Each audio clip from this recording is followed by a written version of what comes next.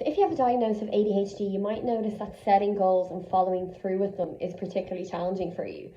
So I'm going to share some tips today from my occupational therapy perspective that hopefully will help you with this. So tip number one is to be super specific with the goal that you set.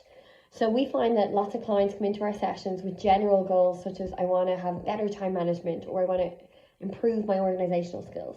And this is really important. So we pull on these goals and then we'll break them down and break them down again.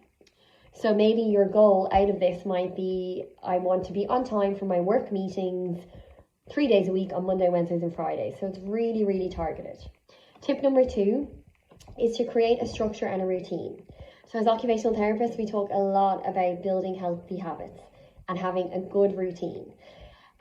So with your goals, I would advise you to pop them into your routine at designated times, and you're more likely then to stick at it. I would say also to have this as part of your routine for the next few weeks. So I guess don't just give it a shot for a week. Let's try it longer term and see how realistic it is for you. Tip number three is to use organisational tools to help you to achieve this goal. So for some people, we might use reminders on your phone. You might use your phone calendar. Others we might use maybe some wall charts, whiteboards, and then there's lots of different apps out there as well that you can download. One thing that I do notice is that often some of the clients I work with ADHD might have tried a million different tools, or they might have a million tools on the go at the one time, and that can be a little bit confusing and mean that we don't achieve our goals. So I'd probably advise you to pick one tool and use that one.